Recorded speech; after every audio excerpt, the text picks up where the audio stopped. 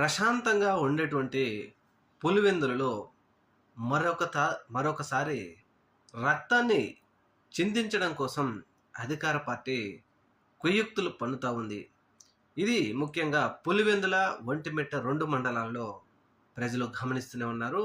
10,600 ఓట్ల కోసం అధికార పార్టీ ఎట్టి పరిస్థితుల్లో అక్కడ గెలవలేమని తెలుసుకున్నప్పటికీ అనేక రకాలుగా ప్రలోభాలు పెడుతూ, ప్రజలని మభ్యపెడుతూ, భయపెడుతూ, నయానో భయానో ప్రతి ఇంటికి 50,000 నుంచి ₹1,00,000 వరకు ఇచ్చే విధంగా ఇస్తాము అని చెప్పేసి మభ్యపెడుతున్నారంటే అధికార పార్టీ జగన్మోహన్ రెడ్డి గారిని చూస్తే ఏ విధంగా భయపెడతా ఉన్నారో అర్థం చేసుకోవాలి. ముఖ్యంగా రాయలసీమ ప్రజలందరూ కూడా ఒకసారి ఆలోచించాలి.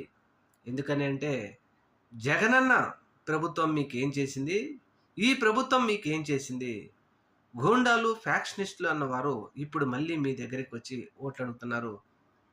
మీ మనసును అడిగేసి ఖచ్చితంగా జగన్మోహన్ రెడ్డి గారిని ఘన విజయంతో అక్కడ గెలిపించాలని కోరుకుంటున్నాం.